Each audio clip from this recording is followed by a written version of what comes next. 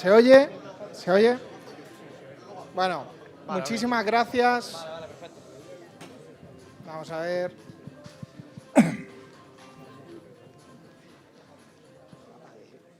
Colegial, la que hemos liado. Estamos aquí. No mire atrás. Aquí no es el alcalde, aquí es un colegial más. De acuerdo, totalmente de acuerdo.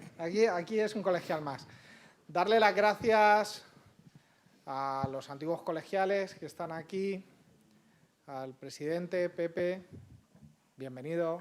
Por lo que quien no lo sepa, tenemos un nuevo presidente, está también el anterior, Felipe Ruiz.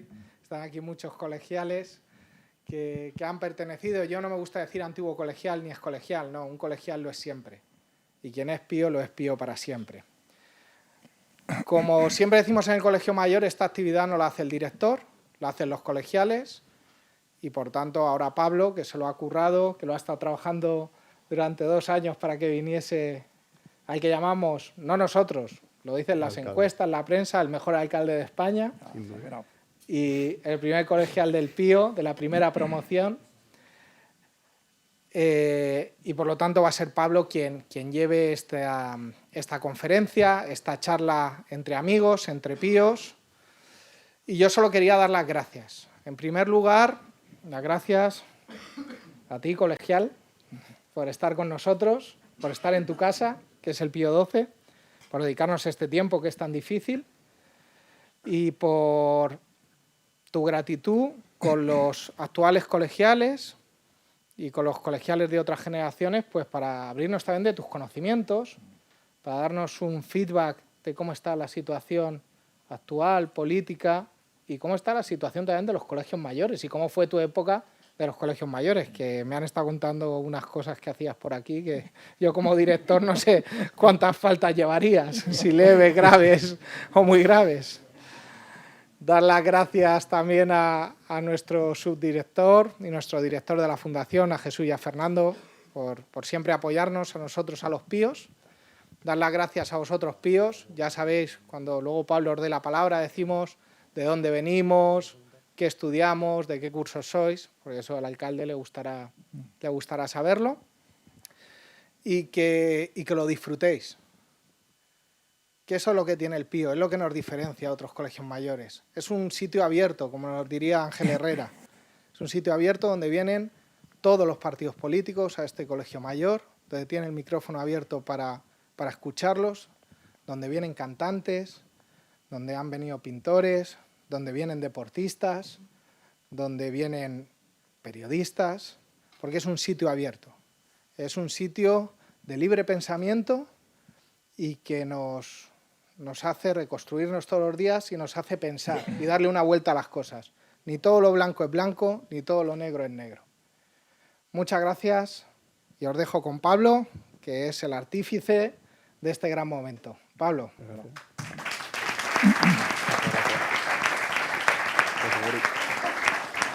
Bueno, ¿se escucha? Vale, genial. Bueno, pues nada, yo creo que el mérito también parte de vosotros. Muchas gracias por venir, por estar aquí presente a colegiales nuevos, más antiguos y, bueno, sobre todo también a la dirección del centro y a la dirección de la alcaldía de Málaga por hacer esto posible. Lo personal y lo profesional, desde luego, ya lo comentaba, era un sueño. Y, bueno, pues sobre todo al alcalde por compartir un espacio donde vemos que, pues, como que se unen dos corrientes, una más nueva, una pues más experimentada, y al final lo que venimos aquí a hablar es de eso, de tratar de aportarnos unos a otros y de poner sobre la mesa un tema tan importante como son los valores de la transición. Al final, bueno, pues esa es la pregunta que hemos puesto sobre la mesa. Obviamente vamos a ir improvisando, fluyendo sobre el tema, y a partir de ahí, bueno, pues quería presentar al alcalde, si me equivoco en algo, usted sabe más que yo. Pero bueno, él es Francisco de la Torre Prados, alcalde de Málaga, si no recuerdo mal, desde el 4 de mayo de 2020, del año 2000, del año 2000. Lleva siendo más de 23 años alcalde de Málaga y en activo. Ha pasado por otros cargos, ha sido diputado en las Cortes Generales, ha sido senador, ha sido consejero, ha participado en la Junta de Andalucía previa a ese reconocimiento que se le da ahora como Junta de Andalucía, como consejero de Hacienda, de Economía y Turismo. Y bueno, incluso para ponernos un poco en contexto, quiero mencionar una serie de elementos que lo distinguen en su vida política y personal, porque nos remontamos próximamente al año 69. Bueno, previamente obviamente tenía una formación y por eso es tan importante aquí en el Colegio Mayor Pío XII, fue miembro de esa primera promoción y a partir de ahí, bueno, pues empezó a formarse en Madrid, en Francia, y pasa a dar ese salto, ese primer salto a la vida profesional en Córdoba, hasta que vuelve a Málaga, por ahí por el año 69, y empieza a dar esos pequeños pasos, algo más tímidos, en la política, si no recuerdo mal, la Asociación de Nuevos Amigos de la Universidad de Málaga, que luego pues fomenta esa creación de lo que conocemos hoy como la UMA. Y a partir de ahí, bueno, pues con una pronta aparición sobre el año 71, es nombrado con tan solo 28 años como procurador de Cortes, se hacía llamar, o bueno, presidente de la Diputación Provincial de Málaga, y entonces, bueno, pues sumando esa temprana edad y el contexto en el que nos encontramos, en esa transición que todavía no era transición, en esa incertidumbre de qué iba a pasar y qué estaba pasando, aparece pues una figura como la del alcalde que, pues como ya digo, con tan solo 28 años fue capaz de mostrar esas primeras ideas liberales que no todo el mundo compartía. De hecho, pues le pudo llegar a dar problemas durante el mandato. A partir de ahí forma parte también de UCD, de lo que antes conocíamos como Alianza Popular, una cosa UCD y luego también de Alianza Popular hasta que se transforma en el PP. Y bueno, pues todo esto son una serie de elementos que poco a poco van conectando y van poniendo en conexión una serie de elementos que hace que la figura del alcalde haya vivido previa transición, la transición y que actualmente siga vigente en el cargo, lo que hace pues una figura de admirar en lo personal y lo político. Y nada, tras esta intervención quería darle la palabra, de nuevo un placer a usted y a todos los presentes, y a partir de ahí, bueno, pues poner sobre la mesa esa pregunta que al principio puede parecer muy general de si se siguen manteniendo, reconociendo esos valores que se pusieron sobre la mesa en la transición, y también que, bueno, pues ligarlo un poco con cómo ve usted el panorama político actual y hacia dónde vira la política. Muchas gracias. Muchas gracias.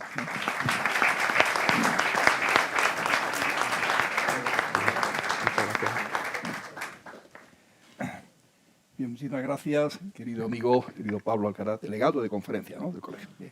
Mis primeras palabras de ser de saludo protocolario y muy sincero al director de la Fundación Pablo VI y felicitarle por esta fundación espléndida, ¿no?, que yo no conocía tan en detalle y que, claro, lo que vivimos entonces hace 60 años era bastante menos importante que lo que hoy habéis conseguido. Estamos en un centro de congresos de los mejores de España, sinceramente. No sé la capacidad total, pero de la sala grande y nuestras salas complementarias queda muy bien, muy competitivo con el que tenemos en Málaga, pero vamos a ampliar. Bien, querido subdirector de la Fundación, placer también verte, director del colegio. Saludo a los presidentes actual y anteriores de los antiguos alumnos de Pío XII, palabras especiales para el embajador Luis Calvo, que también nos honra con su presencia aquí, muchos antiguos colegiales que veo de aquellos años, ¿no?, de los años 60. La verdad es que lo que vivimos entonces, desde el punto de vista material, ha mejorado mucho, no estaba mal el colegio, pero en fin, tenéis un colegio espléndido, con una serie de instalaciones estupendas. Es verdad que entonces la Escuela de Ciudadanía Cristiana, que así se planteaba, estudiamos, además de la carrera, digamos, normal nuestra, pues o bien León XIII o bien escuelas de periodismo de la Iglesia, y eso recuerdo a mí, me vienen claramente, como acabo de escribir en el libro de firmas que me habéis puesto, ¿no? Porque, digamos, influyeron bastante, ¿no?, en la forma de pensar y la forma de los temas y la manera de resolverlo mejor. No sé si se oye igual sin el micro. Sí. Igual. Bueno, entonces me muevo con más libertad, aunque esto de la tristeza un poco lo apagamos. Ahora se van a encender. ¿El qué? ¿Se enciende mejor? ¿Se oye ahí al final? Sí, perfecto. Decía que el colegio, punto de vista material, efectivamente ha mejorado, ha cambiado en ese sentido, y yo creo que el punto de vista de la formación igual, ¿no? Yo, los chicos que he visto y que he hablado, me parece que todos están muy sensibles a lo que están estudiando, muy interesados en lo que hacen, y el tema que hemos escogido, parece que la propuesta de tema encajaba con lo que eran vuestras preocupaciones, voy a tratar de comentarlo y desarrollarlo. Pero permitidme que antes aluda brevemente a la figura de Ángel Herrera. Yo creo que todos reconoceremos que fue un hombre de una visión respecto a la importancia de la educación y la formación. La formación la planteaba la escuela como mejorar la formación de lo que podían hacer dirigentes empresariales o dirigentes en el plano público de la sociedad española, ¿no? Y esa preocupación por la educación la tenía permanentemente. Ayer justamente repasaba un texto de él en un libro con algunas cuestiones escritas o con motivo de cuando le nombran cardenal y llega a Málaga y en la homilía que hace se alude al tema de la educación también, y a la educación superior en concreto. Estamos hablando del año 65, ¿no? En aquel momento Málaga no tenía universidad.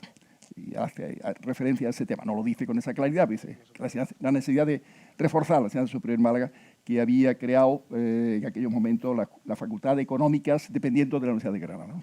Fue una de las razones por las cuales el año 68, cuando se crea la Autónoma de Madrid, la Autónoma de Barcelona, hay alguien aquí que conoce la Autónoma de Madrid bien, y la de Bilbao, todo de Madrid para arriba y Madrid para abajo nada, pues la sensación que tenemos de allí es que se nos habían olvidado de Málaga, ¿no? Y Málaga era la ciudad más grande de Europa sin universidad. 300.000 habitantes tenía. Y se creó una asociación de amigos de la universidad, que efectivamente hablaba Pablo de ella.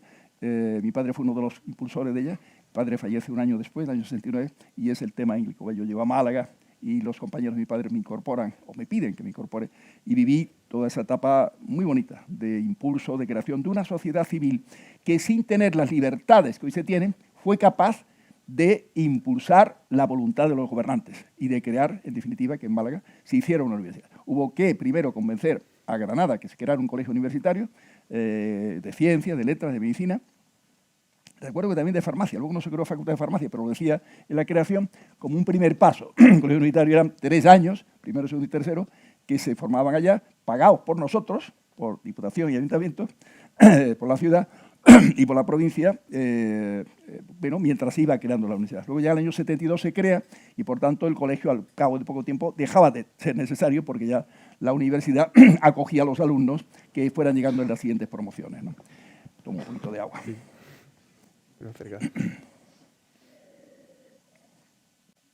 Voy a tratar de limitar un poco el tiempo por mi parte, porque sé que hay que dejar para el coloquio, ¿no? Al menos media hora. En definitiva, lo que quiero decir es que en la España de entonces, la que vivimos aquí, las perspectivas que veíamos era de esperanzadora evolución, pero no teníamos la sensación como vosotros tenéis de una España hoy plenamente democrática, con ciertos problemas que ahora comentaremos, pero integrada hoy en Europa. Entonces no, entonces estábamos extraeuropeos, éramos fuera de Europa. Y no veíamos perspectivas hasta que no hubiera un cambio político, evidentemente. Fue la España en los años 60 de más de una protesta estudiantil, huelgas de mineros en Asturias, creación de Cuadernos para el Diálogo, una revista que creó muchas perspectivas de llegar al límite, ¿no? Dentro de la libertad de expresión. Joaquín Ruiz Jiménez fue el director de la Cuadernos para el Diálogo, que era profesor en León XIII, yo recuerdo haber recibido clases de él, un profesor magnífico, por cierto, una gran persona. Y hoy, queridos amigos, lo que tenemos es una perspectiva en sentido mucho mejor, no cabe duda, ¿no?, de lo que se ha hecho. Ahora bien, la pregunta es, ¿no podíamos estar aún mejor si hubiéramos sabido conservar, de alguna manera, los consensos que en la transición la hicieron posible? Se vivieron, ¿no? En la transición, aludía Pablo a ello, año 77, yo estuve en las filas de UCD, efectivamente, como candidato desde Málaga.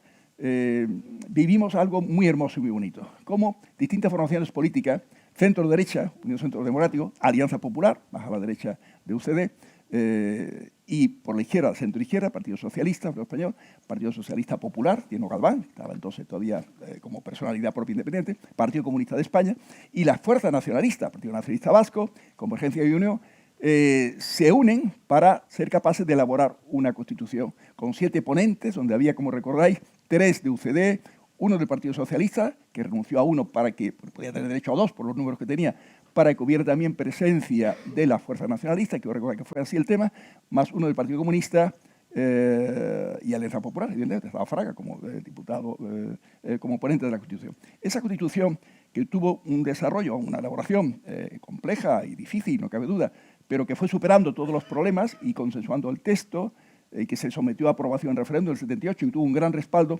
nos ha permitido tener una democracia igual que a las europeas, porque está inspirada en la democracia europea. O sea que los valores constitucionales nuestros están muy alineados con los valores europeos, evidentemente.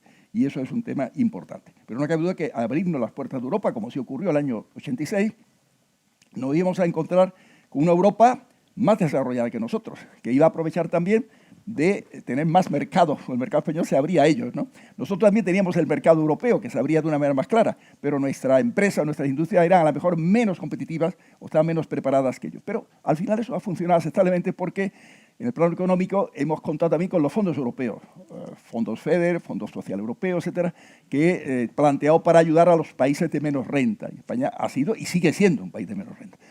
¿Se han aprovechado bien esos fondos europeos? Yo creo que podríamos haber hecho algo menos, permítanme los ingenieros que yo diga así, de cemento y de acero y algo más de enseñanza, algo más de formación. Se podría haber hecho un fondo social más intenso por nosotros, haber apostado un poco más por ese tema. En paralelo con un gran tema, hemos hablado hace un momento en una entrevista, que es el tema educativo, haber hecho unas reformas en materia de educación para que España se hubiera puesto en el nivel de calidad educativa de Europa, cosa a la cual no estamos. Ahí está el informe PISA, es muy contundente. Y ahí está un gobierno que trata de tapar grietas y dice unos fondos especiales para reforzar matemática y para reforzar comprensión lectora. Sí, pero mire, querido amigo, no es eso. Es otra cosa más importante y más seria. Es plantearnos qué hay que hacer para que desde la primaria los niños españoles y las niñas españolas, todos tengan unos maestros hechos, como en Finlandia ocurre, seleccionados de una manera que la propia universidad se plantean alumnos que sean, digamos, de una capacidad superior al promedio, vamos a decirlo claramente, ¿no? Y aquí estáis muchos que sois superior al promedio, estoy convencido que todos, ¿no? Pues que aspiren en su carrera profesional a ser maestro como algo que la sociedad valora como lo más importante de un país. Y lo es. No hay tarea más importante en un país que la formación de nuestros niños, de nuestros adolescentes y luego de nuestros jóvenes. Porque es el capital humano que nos va a permitir ser competitivos en todo. Ser competitivos en el plano profesional, en el plano empresarial, ser innovadores, ser emprendedores. Todo eso se hace mejor si hay una educación adecuada. Y sobre todo, la igualdad, que es un principio, un valor constitucional clave. La igualdad y la cohesión social será mucho mejor si tenemos una educación del máximo nivel. Yo puedo contar 1000 anécdotas de mi experiencia de alcalde, de encontrarte gente que te pide ayuda para el empleo, para la vivienda, y cuando le preguntas, bueno, pero para el empleo, ¿qué sabes hacer? ¿Qué has hecho? ¿Qué has estudiado? Y te encuentras, me acuerdo, un matrimonio joven, ya con un niño, y esperando otro, que no habían terminado la ESO. Cada uno tenía su razón, no habían hecho la ESO. Eran una parte del porcentaje, cerca del 40%, recuerdo la cifra, una vez la leí y me escandalizó, que en el año 2004 dejaban la ESO, eran fracaso escolar. Eso ha estado pasando en nuestra tierra andaluza. Y por lo tanto, el capital humano andaluz ha estado desaprovechado en gran medida. Esta gente, al cabo de unos años después, X años después, 15, 10 años después, su vida no tiene la misma perspectiva que el que ha estudiado la ESO, ha hecho FP o ha hecho universidad.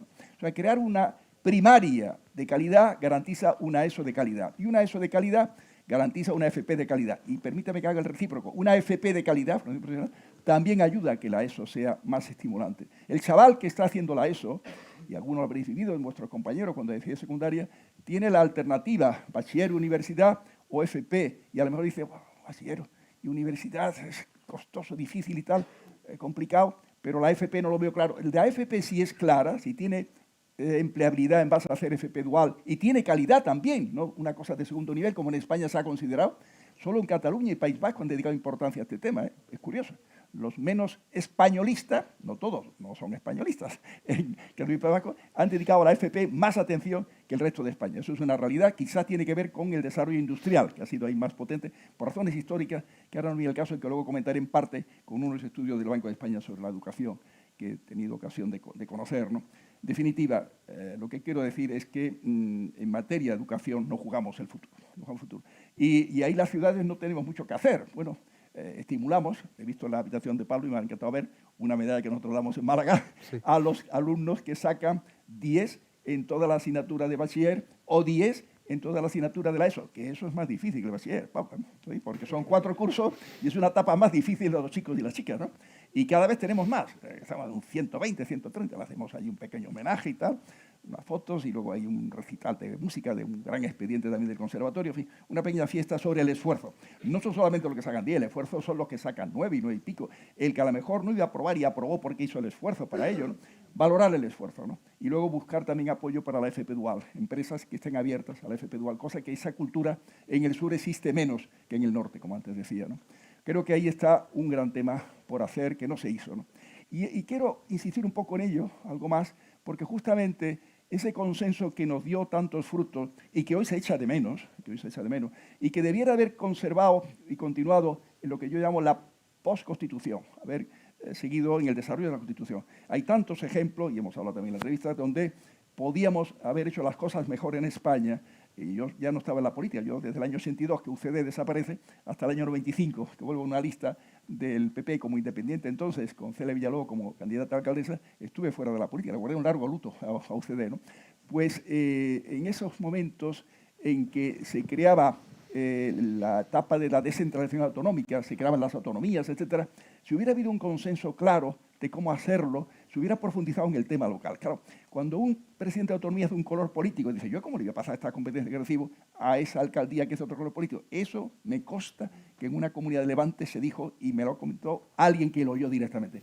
Claro, si hemos llegado a ese extremo y por razón de partido no se hace algo tan lógico como en Europa hay, de que los ayuntamientos tienen competencias, muchas más que las que tenemos nosotros, y somos los ayuntamientos españoles los más débiles de Europa, medidos en euros habitante año. Hoy que hay con Internet posibilidad de acceder a tantas páginas web, quizás, yo no lo he hecho, pero puede ver las páginas del Consejo de Europa, un estudio sobre autonomía local que se hizo a principios de este siglo, años 2001, 2002.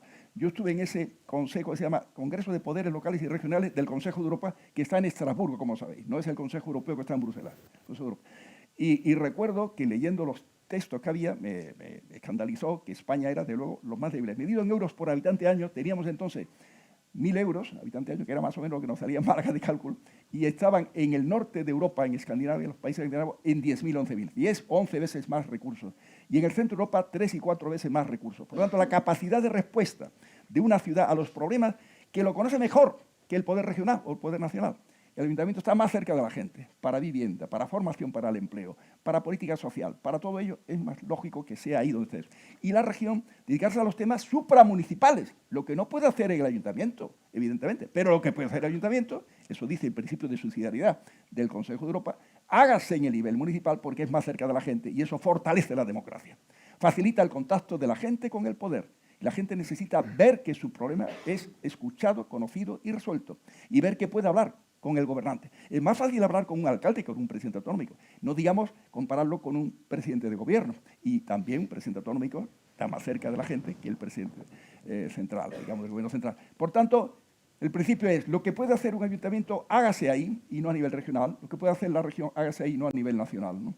Llegar de abajo arriba las competencias, digamos, de cada uno de esos depósitos de competencia y de capacidad, con sus presupuestos correspondientes, ¿no? Eso no se hizo porque no se pactó, y debía haberse pactado. Como tenía que haberse pactado el tema de la educación que he aludido antes, como tenía que haberse pactado la financiación de los partidos que tantos problemas ha creado a la democracia española. Los problemas catalanes, vamos a llamarlo así, que es un problema que tenía que haberse pensado también en su tema y haber llegado a un acuerdo de observación del tema catalán. En la época de la República estuvo muy presente. Yo os animo a que lo veáis, en Google entrar en ello, está tirado hoy. Tenéis unas ventajas con Internet hoy que no teníamos entonces, queridos amigos. No dejáis de utilizarlo en Internet para aprender cosas de la historia de España. De la figura de Ángel Herrera podéis aprender cosas también, que te lo cuenta muy bien, pero del tema del hecho catalán, digamos, y las palabras de Ortega y Gasset y de Azaña sobre la conllevanza que decía Ortega que había que llevar de España, el resto de España respecto a Cataluña y Cataluña respecto al resto de España. En los dos sentidos, de llevarse, sabiendo que podía haber momentos en que esa conllevanza no funcionara del todo bien, ¿no? Y yo creo que los temas de la educación hubieran ayudado mucho a esa cuestión. Si España hubiera abordado el tema educativo, esa diferencia de renta que Cataluña nos lleva y el País Vasco a nosotros y alguna otra zona, no se hubiera mantenido durante tantos años.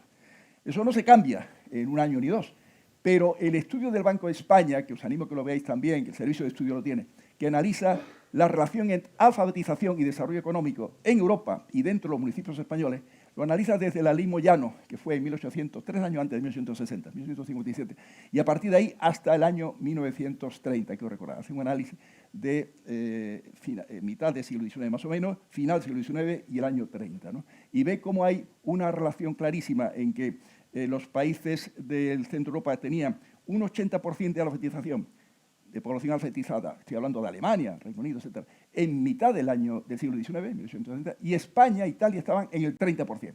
Y en España teníamos, en el sur de España, Almería, con un 15%, y tenías Álava, provincia vasca, Álava, con un 53% de alfabetización. Y otro indicador que recuerdo que me impresionó mucho es que el número de años que un niño estudiaba en el siglo XIX en España, en 1870, era 1,6, no llegaba a 2 años. Mientras en Suiza era 6,1, y en Alemania 5,6, y en Francia casi 5. La diferencia también era enorme. O sea, no había cuidado ese tema. Ese problema se lo encontró Herrera. Cuando Herrera es obispo, Ángel Herrera, en Málaga, el año 47, uno de los problemas que hace frente con una gran visión, y porque era un hombre de acción, no solamente de reflexión, fue las escuelas rurales, lo que hizo.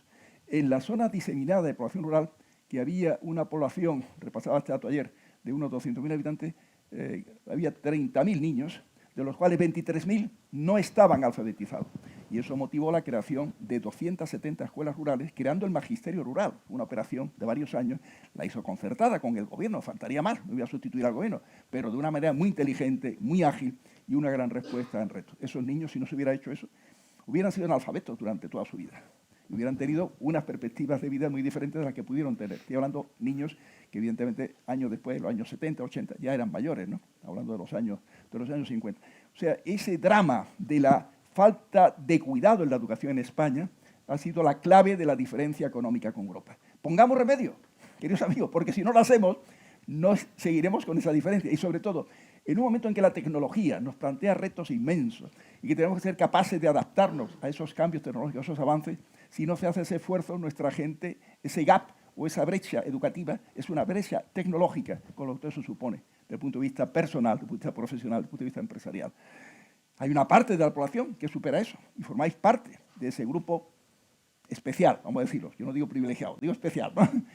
Tuvimos beca algunos, y seguro que aquí también becarios, que te facilitan el poder llegar a eso, y refuerzo familiar, etcétera, para poder hacerlo. Pero es un gran tema pendiente. Y que creo que poner el acento en ello, la sociedad, puede motivar a que las fuerzas políticas hoy se den cuenta que ahí sí vale la pena hacer el esfuerzo de ponerse de acuerdo y de hacer algo diferente de lo que hoy está ocurriendo, ¿no?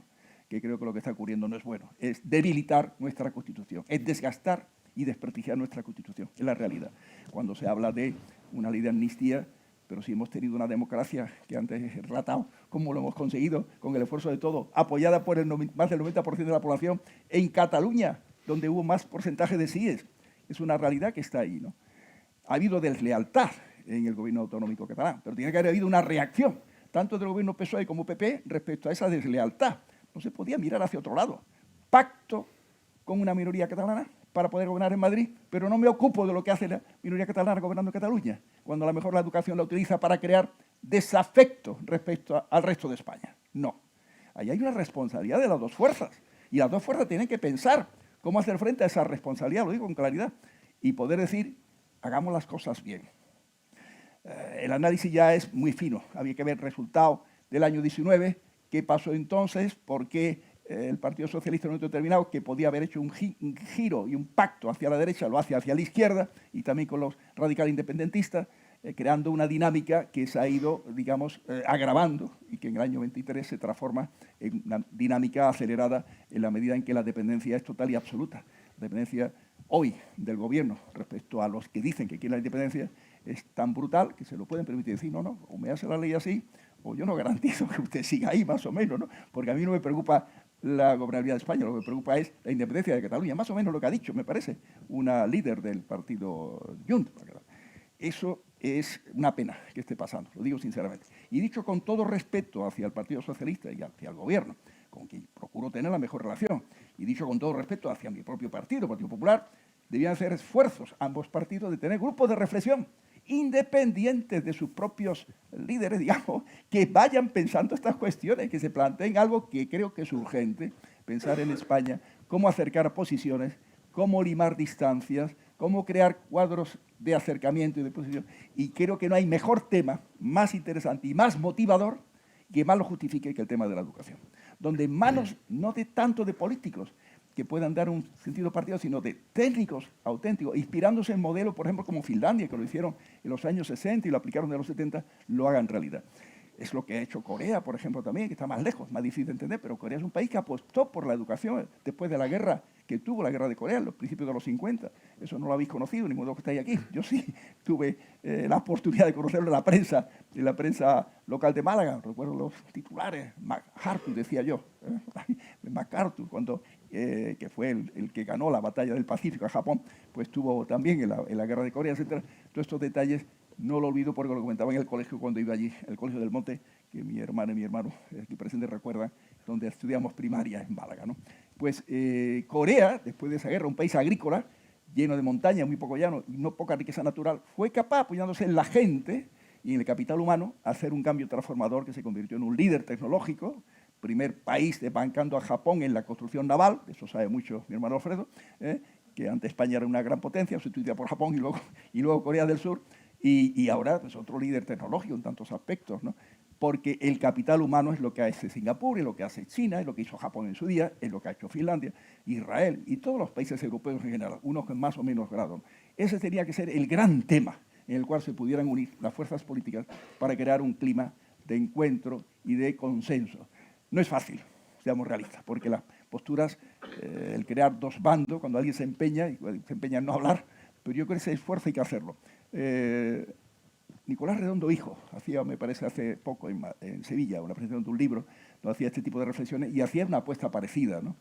Yo lo he escrito, un par de artículos. Uno lo hice en las elecciones del año 19, publicado, porque fue ya en mayo del 20 cuando se estaban haciendo estas negociaciones, y otra recientemente en las elecciones del año 23, de apostar justamente por este tipo de cuestiones, para crear un marco de consenso y de reflexión. Y termino aquí quizás porque yo creo que nadie me hace señas de cuanto al tiempo, no tenemos el reloj que nos mida, pero entiendo que la media hora posible debe estar casi cumplida, y yo quería dejar una media hora de tiempo para el diálogo al menos, ¿no? De modo que termino aquí, podría extenderme más razones, más estrategia, pero no se me ocurre mejor estrategia para recuperar la cultura del consenso que inspiró la transición, que animó la transición, de la cual tan orgullosos nos podemos sentir. Y permitidme una última reflexión. Si hubiéramos hecho mejor las cosas, si se hubiera hecho el consenso postconstitucional, tendríamos una democracia de las mejores del mundo, o la mejor del mundo. De las mejores son las del norte de Europa. Yo creo que la nuestra hubiera sido igual o mejor, porque la capacidad de integración de la población inmigrante, que por otra parte es un tema que hay que saber resolver bien, Europa no lo está resolviendo bien, la inmigración acabará llegando si no hacemos un esfuerzo de cooperación al desarrollo mucho más potente del que hemos hecho hasta ahora, ¿no?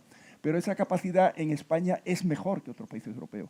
Y yo veo que en los países del norte también se radicaliza un poco la reacción de la sociedad cuando llega la inmigración y hacia una posición más extrema en la derecha, que tampoco es bueno. En el centro está la virtud, en la moderación está la virtud, y ahí es donde tiene que encontrarse el diálogo de la derecha y de la izquierda, que son tradicionales en la concepción política de cualquier Estado europeo, ¿no? Pero desde una posición de centro-derecha, mejor que de derecha, de centro-izquierda, mejor que de izquierda, y tendremos entonces un país más estable, más sólido, más capaz de dar respuesta a los retos, inmensos retos que tenemos como país también que forma parte de la Unión Europea, como país líder, y eso es lo que quería decir, de Latinoamérica, de la Hispanoamérica, donde nuestra democracia, si hubiéramos conseguido hacerla más potente y más prestigiada, sería un camino a enseñar a nuestros países hermanos, o hijos, como queramos llamarle, donde tan necesario es hacer cambios también en su sociedad y en su política para crear realmente una sociedad fraterna, inclusiva, avanzada, moderna, competitiva y que tenga futuro en sí mismo, que no su futuro sea emigrar a los Estados Unidos de América. No, por Dios, no digo que no se emigre, pero que tenga futuro allí, que podíamos hacer maravillas, pero no hemos aprovechado estos 40 años de postconstitución para tener esa fortaleza, esa capacidad y haber hecho una política mucho más potente de lo que se ha hecho en materia de cooperación en todos los planos. No solo la cooperación técnica o empresarial o profesional, sino política en mil aspectos, ¿no? Los Erasmus, los estudiantes. Me acuerdo, termino ya con esta idea, que los años en que yo hice el servicio militar, que era obligatorio entonces, y lo hice, la milicia militaria, en Francia, De Gaulle había creado la cooperación technique, se llamaba. Y la cooperación technique era que alguien podía decir, yo no hago servicio militar, pero me voy de cooperación técnica a trabajar a cualquier país de África o de América. Y en los países de la América española estaban los franceses haciendo cooperación técnica, cooperación technique, vendiendo Francia, vendiendo cultura francesa, vendiendo técnica francesa, y los españoles estábamos haciendo el servicio militar obligatorio, que tenía su aspecto de cohesión, porque conocías a los de otras comunidades, ¿de acuerdo? Pero había que hacer esa alternativa claramente, ¿no? Hoy es voluntario, es evidente, pero haber recuperado este afán. Los franceses se inspiraron en el Peace Corps que creó Kennedy. Yo recordaba aquí, cuando yo estuve aquí de alumno, fue cuando asesinaron a Kennedy. Una cosa que me impactó y no olvidaré nunca. En las pantallas de televisión de los televisores de aquí, la noticia brutal del asesinato de Kennedy en Dallas, ¿no? Pues Kennedy creó el Cuerpo de Paz y los franceses, muy típicos, los franceses de Gaulle, querían ser como los americanos, a otro nivel, ¿no? La Force de Frappe, los submarinos nucleares, la bomba atómica, todas estas cosas, ¿no? Se fueron de la OTAN, en fin, que eran muy... De Gaulle tenía su personalidad muy propia, ¿no? Y quiso hacer también su presencia en ese tema. Termino aquí, queridos amigos, y abrimos el coloquio a los temas que queráis, de lo que he hablado y de lo que no he hablado. Estoy a vuestra disposición. Un placer estar aquí.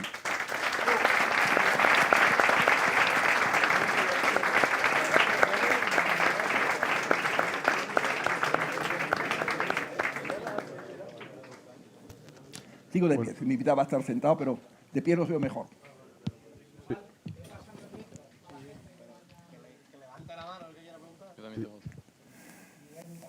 Ay, Peri, ¿tengo otro? Sí, ¿se me escucha? Podéis ver los colegiales de hoy y los colegiales de ayer. También. De pie. ¿Se me escucha? O sea, si se me escucha al final. Vale. Bueno, nada, antes de dar el turno de preguntas, que seguro que tenéis muchas, yo quería aportar un par de reflexiones sobre todo lo que ha comentado el alcalde. La primera era sobre la filosofía de trabajo y obviamente la oportunidad, que siempre que puedo se lo recuerdo a mi amigo, que no somos conscientes de la oportunidad que tenemos. Y al final, bueno, pues antes nos hacían una serie de preguntas sobre la figura del alcalde, sobre, bueno, pues qué nos aporta. Y yo hablaba de un tema fundamental como la educación, que ha venido a cuento ahora. Y es que creo que el alcalde refleja una filosofía de trabajo que el que sea de Málaga lo sabe de sobra. Y es que hay veces, y es de admirar, que no sabe distinguir entre trabajo, vida y política. Y literalmente allá donde se vaya está el alcalde aporta a todos los malagueños y al final es lo que se mencionaba, o sea, esa capacidad de la descentralización a partir de la transición y demás, de acercarse un poco más al pueblo, y vemos una figura que cumple con todos los requisitos y que al final pues tiene sus frutos y hace posible que una ciudad como Málaga hoy esté donde esté, que sea referente y que tenga pues figuras políticas de alto nivel. Y a partir de ahí, bueno, pues mencionar también el tema de la educación. Decíamos antes que es un tema fundamental, al final es la base y a partir de la educación pues se desarrollan personas en valores, pues en conocimientos, en oportunidades, en iniciativas y al final eso es lo que mueve y desarrolla una sociedad. A partir de ahí, otro compañero mío mencionaba uno de sus miedos acerca de la educación y estaba acertado. Decía que uno de sus mayores miedos es como que se escapa el conocimiento por las oportunidades que faltan en España, por que se escapan esos talentos, esas oportunidades y al final pues creo que la gente joven tiene ese miedo.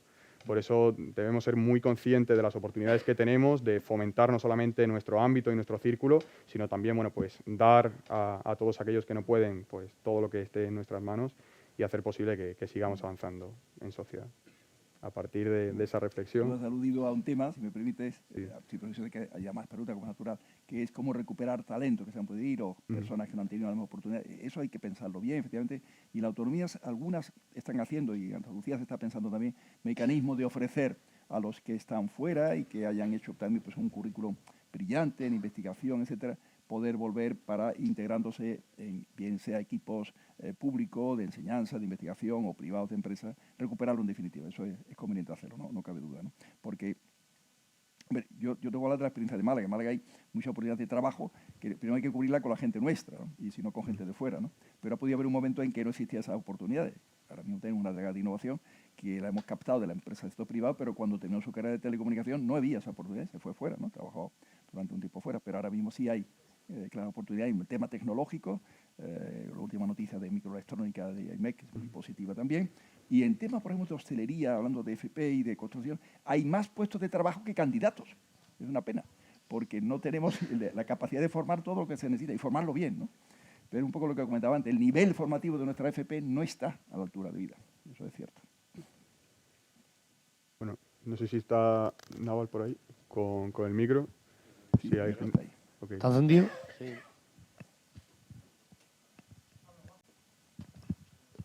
Hola, ¿se escucha? Sí. Me llamo Pablo y estoy estudiando segundo año de física.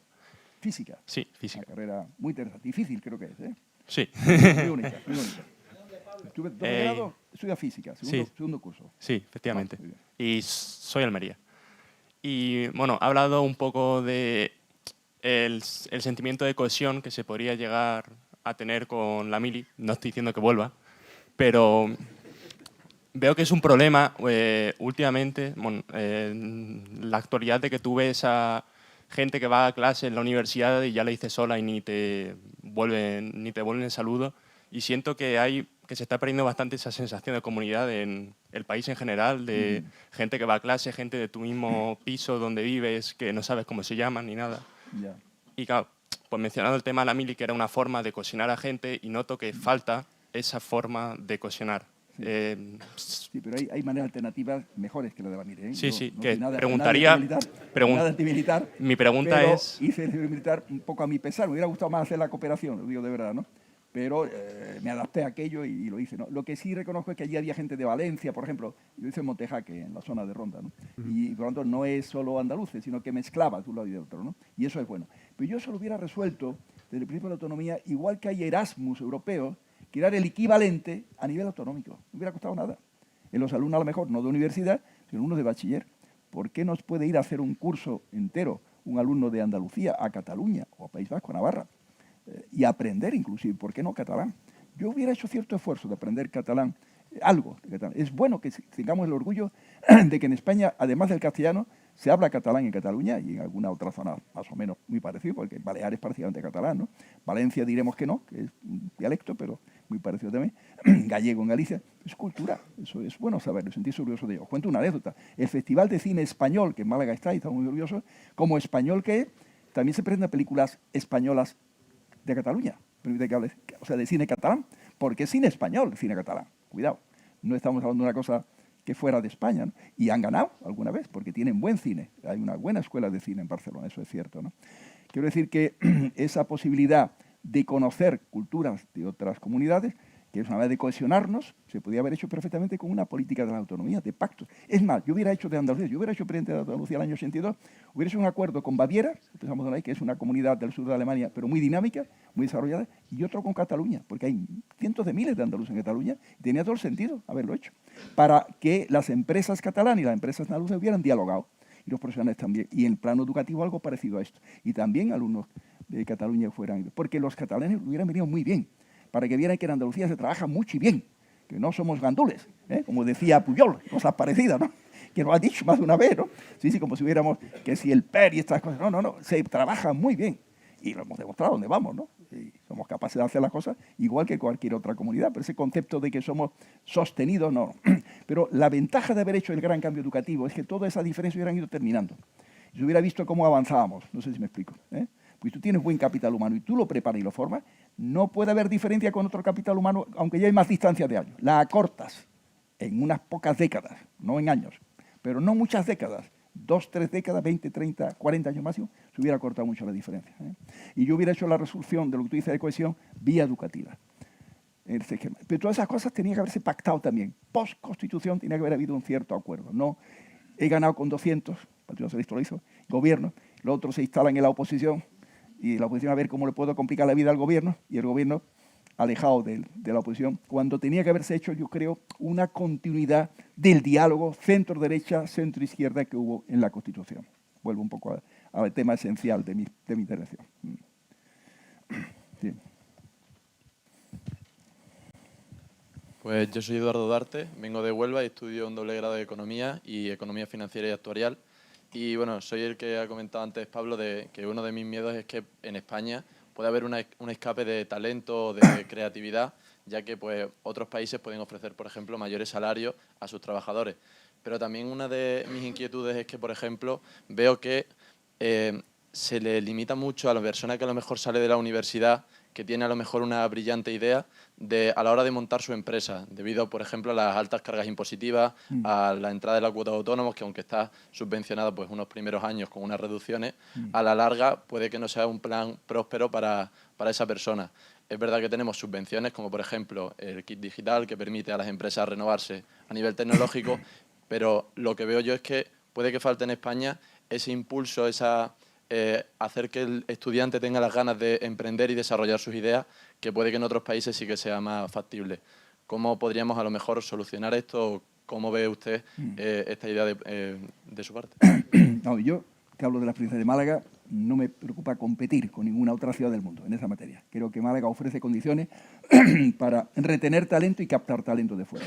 Esa es la realidad. Es más, el problema que tenemos en Málaga es que hay tanta gente interesada en vivir y trabajar en Málaga que nos ha elevado el precio de la vivienda. Que tenemos más demanda que oferta.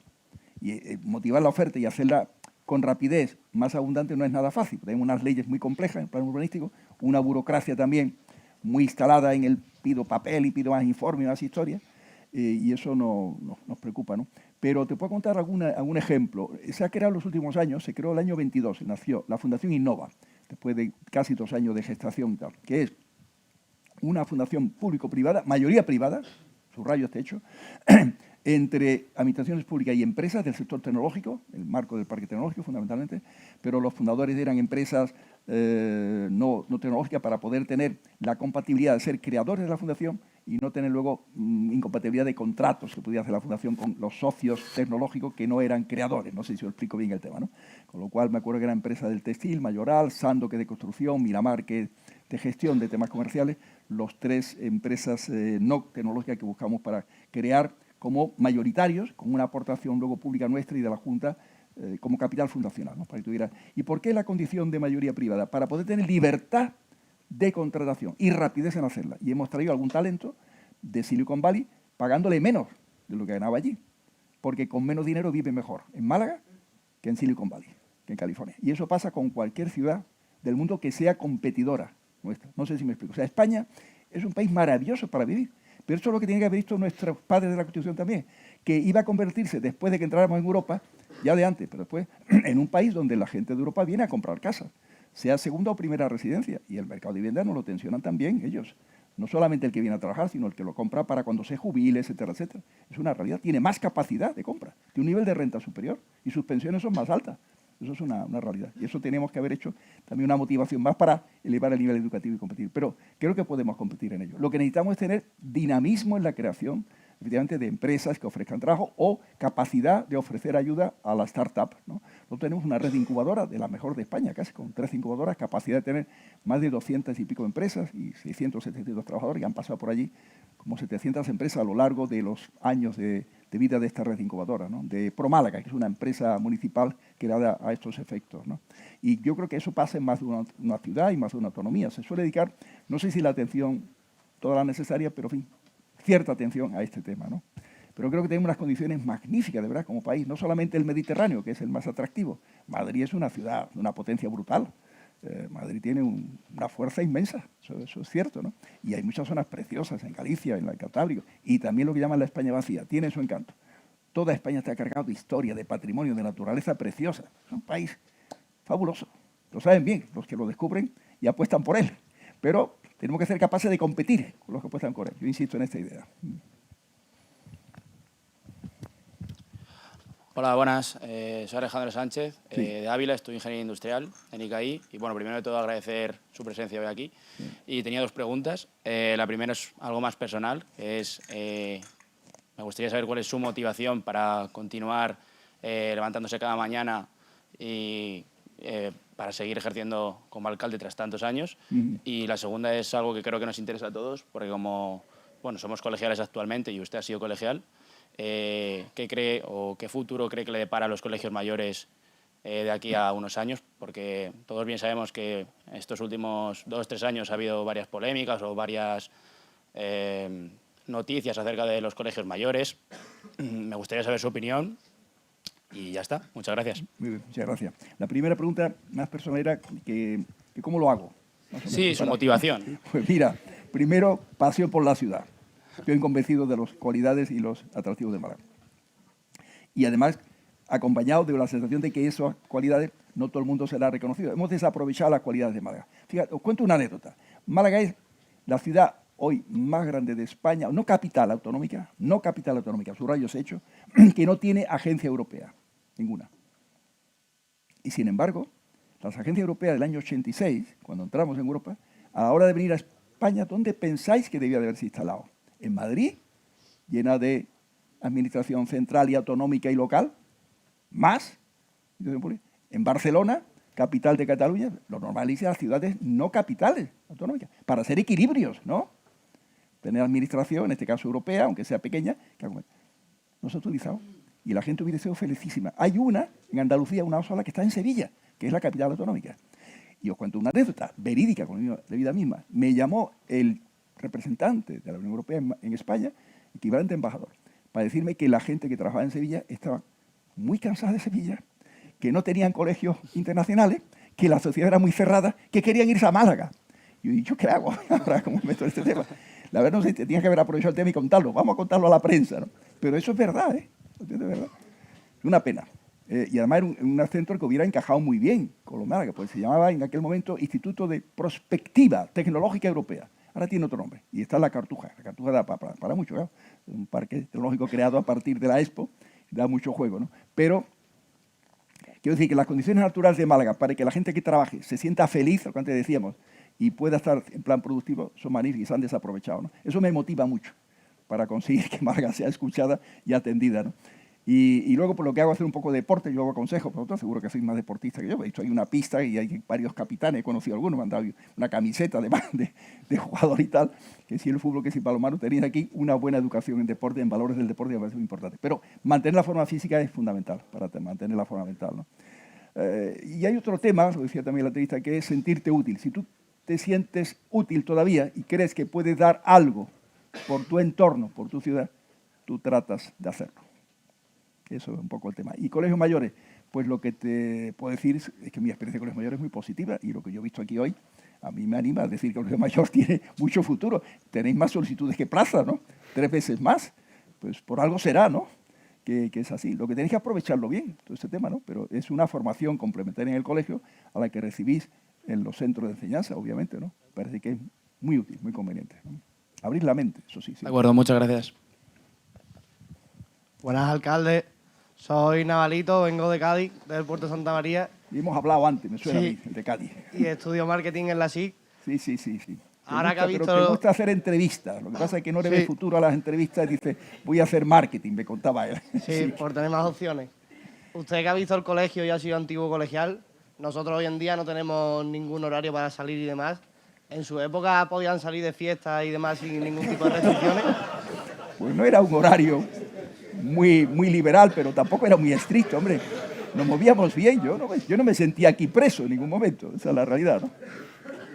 Yo creo que estas cosas se adaptan al signo de los tiempos, en esos términos un poco eclesiales, ¿no? Que no me corresponde a mí hacerlo.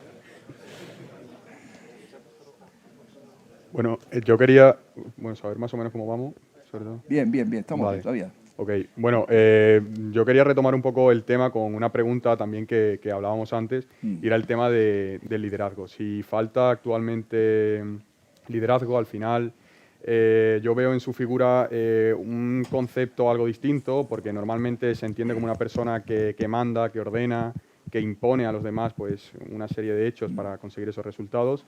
Y veo que su manera de entender el liderazgo es actuar pues, con la intuición, con la pasión, como estaba comentando, y a veces pues, ese liderazgo conlleva actuar o simplemente sin abrir la boca saber que hay gente detrás que la acompaña. Y bueno, pues obviamente la gente que la acompaña es el pueblo de Málaga, que ya le ha demostrado su confianza durante tantísimos años. Y quería preguntarle eso, ¿cree que falta liderazgo? Al final un líder puede ser un profesor que te marca a lo largo de tu etapa estudiantil, puede ser un compañero aquí en el colegio mayor, puede ser un referente político. ¿Crees que falta ese liderazgo, esa persona que incita a las demás a seguir adelante? O... No lo sé, el tema... yo creo que los liderazgos no se deben hacer de una manera artificial, sino que debe ser una forma más natural, ¿no? Y lo que tienes que estar es cerca de la gente, conocer los problemas de la gente y que la gente te vea así, de una manera cierta, sincera y natural, ¿no? Y yo entonces puedes tener más capacidad de convencer, ¿no? Se trata de convencer, no de ordenar, lo decían tus palabras primeras, ¿no? Entonces yo, con mi equipo de colaboradores, que me siento muy orgulloso de los que tengo hoy, de los que he tenido en años atrás, sucesivas corporaciones, siempre hemos tratado de convencer las cosas, ¿no? Nunca es ordeno y mando del alcalde, nunca debe ser así, ¿no? Debe ser te escucharán a lo mejor con más interés, dices, bueno, por la experiencia, a ver qué opina el alcalde y tal, pero yo he procurado nunca establecer una orden tajante. Quiero recordar, a lo mejor alguna vez me he pasado y he dicho esto hay que resolverlo ya, ¿no? Pero a base de convencer el cómo hacerlo. Y eso supone escuchar mucho a los técnicos también y escuchar a la gente. Muy importante participar con la sociedad civil, ¿no? Te da muchas ideas para todo, ¿eh? Y tratar de recoger lo mejor de cada idea, ¿no? Esa es una manera de intentar hacer liderazgo, pero sin pensar que estás haciendo liderazgo, sino que es tu tarea, tu trabajo, ¿no? Genial. Pues si podemos cerrar por ahí una última pregunta y... Venga,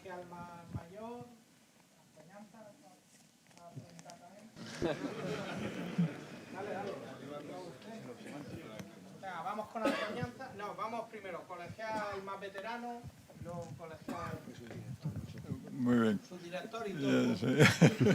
Bueno, pues muchas gracias, Paco. Ha sido una charla maravillosa, encantadora y sobre todo el aspecto que coincido absolutamente contigo, porque esto es ya desde el siglo XIX, escuela y despensa, eso es lo que se necesita y es la verdadera enseñanza que puede hacer que los pueblos cambien. Yo soy gallego y había un señor que era castelao que hacía unos chistes muy buenos, muy políticos, y decía, bueno, en Galicia no se protesta, en Galicia se emigra. Bueno, pues ese es el problema.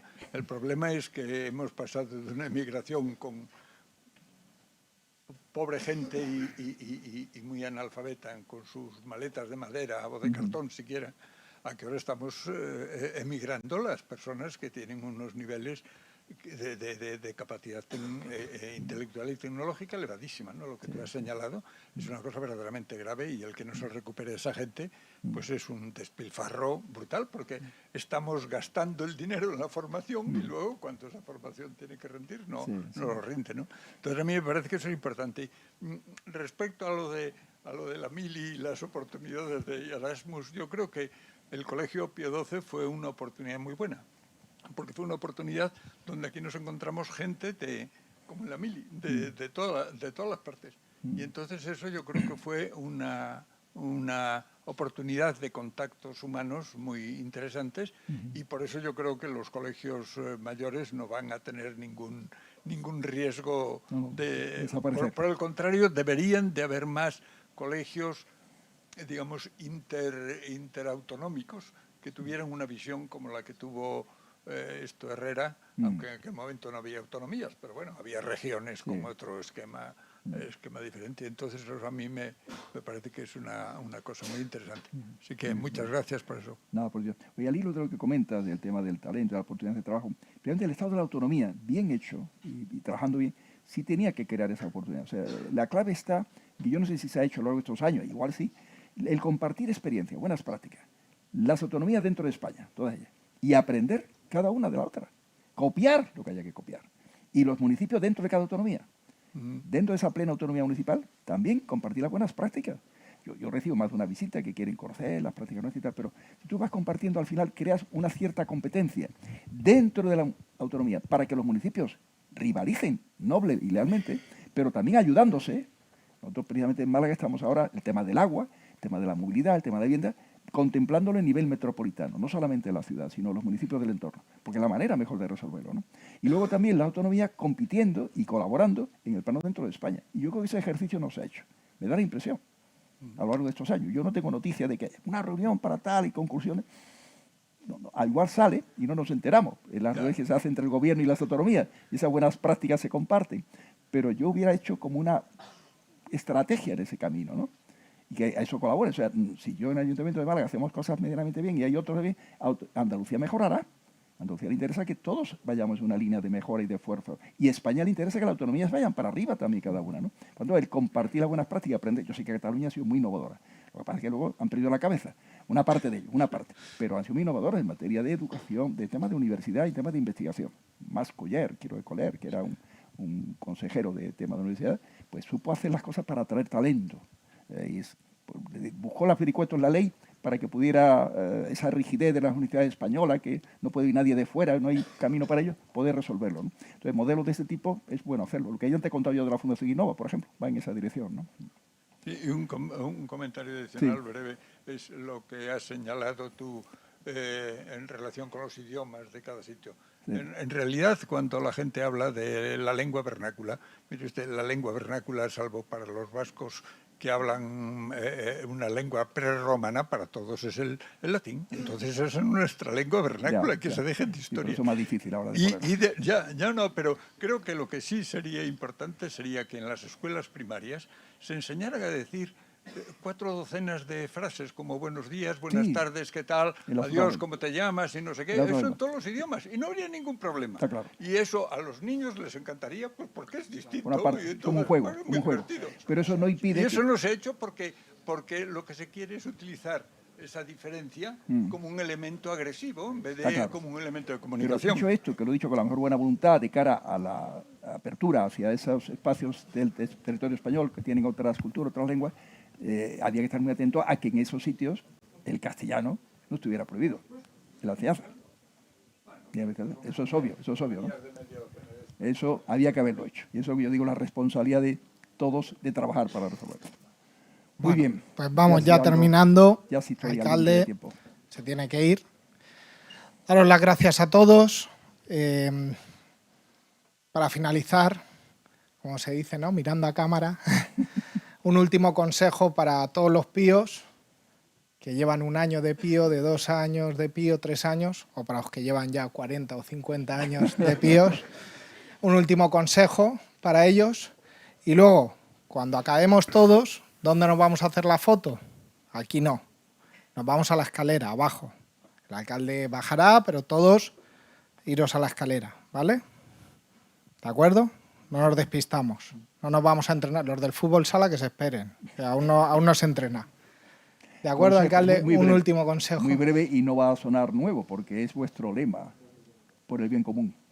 No lo olvidéis nunca, en vuestra vida, en vuestro trabajo de estudio y en vuestro trabajo profesional de mañana.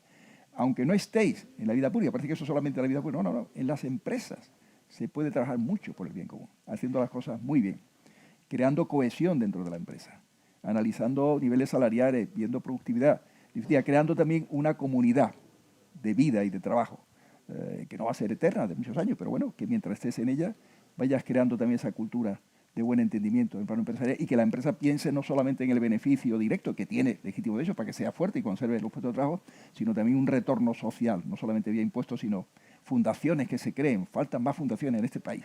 Esta es un ejemplo, una magnífica fundación, pero faltan más fundaciones con finalidad social y cultural y el mundo empresarial que tiene éxito las puede crear. No olvidéis nunca pensar en el interés general como gran lema de vuestra vida. Muchas gracias.